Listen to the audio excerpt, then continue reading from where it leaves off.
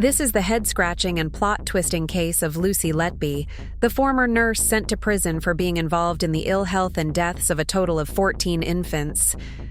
Lucy Letby, a former neonatal nurse at the Countess of Chester Hospital, was convicted in 2023 of murdering 7 infants and attempting to murder 7 others between 2015 and 2016. Her case has become one of the most disturbing and complex criminal proceedings in British history, raising profound questions about medical ethics, hospital administration, and the criminal justice system. Born in 1990 in Hereford, Lucy Letby pursued a career in nursing, becoming the first in her family to attend university. She graduated from the University of Chester in 2011 with a Bachelor of Science in nursing, specializing in child nursing. Letby began working at the Countess of Chester Hospital's neonatal unit in January 2012, where she was responsible for caring for premature and critically ill infants. Colleagues described her as a dedicated and competent nurse, and she was actively involved in fundraising efforts for the hospital's neonatal unit. However, in July 2013, Letby and a senior nurse administered a morphine infusion at 10 times the prescribed rate to a newborn, leading to her temporary suspension from administering controlled drugs.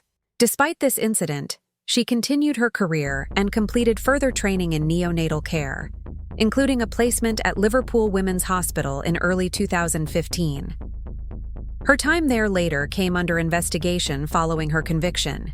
Between June 2015 and June 2016, the neonatal unit at the Countess of Chester Hospital experienced a significant increase in unexplained infant deaths and collapses. Consultant pediatricians, including Dr. Stephen Brary, raised concerns about the correlation between these incidents and Letby's presence on duty. Despite internal reviews and meetings, hospital management did not initially escalate the matter to external authorities. It wasn't until May 2017 that the hospital contacted Cheshire Police, leading to Letby's arrest in July 2018 on suspicion of multiple counts of murder and attempted murder. She was subsequently rearrested in 2019 and 2020 as the investigation expanded to include her tenure at Liverpool Women's Hospital. Letby's trial began in October 2022 at Manchester Crown Court and lasted for 10 months, making it one of the longest in British legal history. She faced 22 charges involving 17 babies, identified only by letters to protect their identities. The prosecution presented evidence including medical records, expert testimonies, and handwritten notes found in Letby's possession, some of which contained phrases like, "I am evil, I did this," and "I killed them on purpose because I'm not good enough to care for them." The defense argued that the notes reflected a distressed and overwhelmed individual, and definitely not a confession of guilt in the harm of the babies.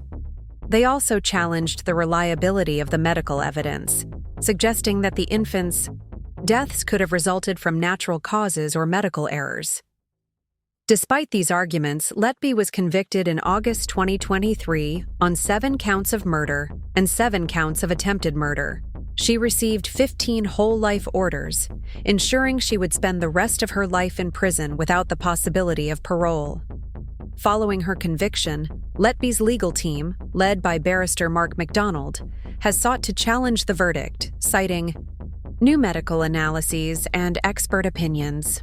A panel of 14 international medical experts, including Professor Nina Modi and Dr. Shu Li, reviewed the cases and concluded that there was no medical evidence to support the assertion that Letby deliberately harmed the infants. They suggested that the deaths could be attributed to natural causes or substandard care, and criticized the prosecution's reliance on a single expert witness. These findings have been submitted to the Criminal Cases Review Commission, CCRC, which is currently examining the potential for a miscarriage of justice. However, legal experts caution that the appeal process could be lengthy, and the new evidence must meet stringent criteria to warrant a retrial. In response to the case, the British government commissioned a public inquiry, chaired by Lady Justice Thirlwall, to investigate the circumstances surrounding the deaths and the hospital's response. The inquiry, which began hearings in September 2024, has heard testimonies from hospital executives, medical staff, and regulatory bodies.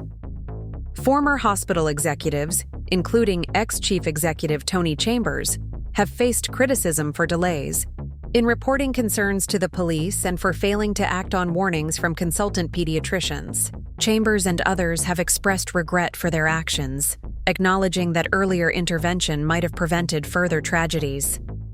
Beyond the inquiry and legal appeals, Cheshire Police continue to investigate other infant deaths and non-fatal collapses at both the Countess of Chester Hospital and Liverpool Women's Hospital during Letby's tenure. Approximately 4,000 cases are under review to determine if there are additional instances of harm linked to Letby. Additionally, a separate investigation into potential corporate and gross negligence manslaughter charges against the hospital is ongoing, examining whether systemic failures contributed to the deaths and whether hospital management could be held legally accountable. The Lucy Letby case continues to evolve, with legal appeals, a public inquiry, and ongoing investigations, shedding new light on the events that transpired at the Countess of Chester Hospital. As the nation awaits the outcomes of these proceedings, the case serves as a stark reminder of the importance of vigilance, transparency, and accountability within healthcare institutions.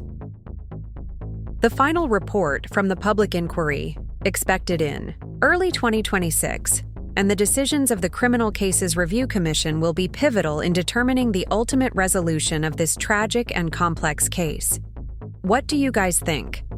Is Lucy Letby really guilty, or you think she was wrongly imprisoned and made an example of?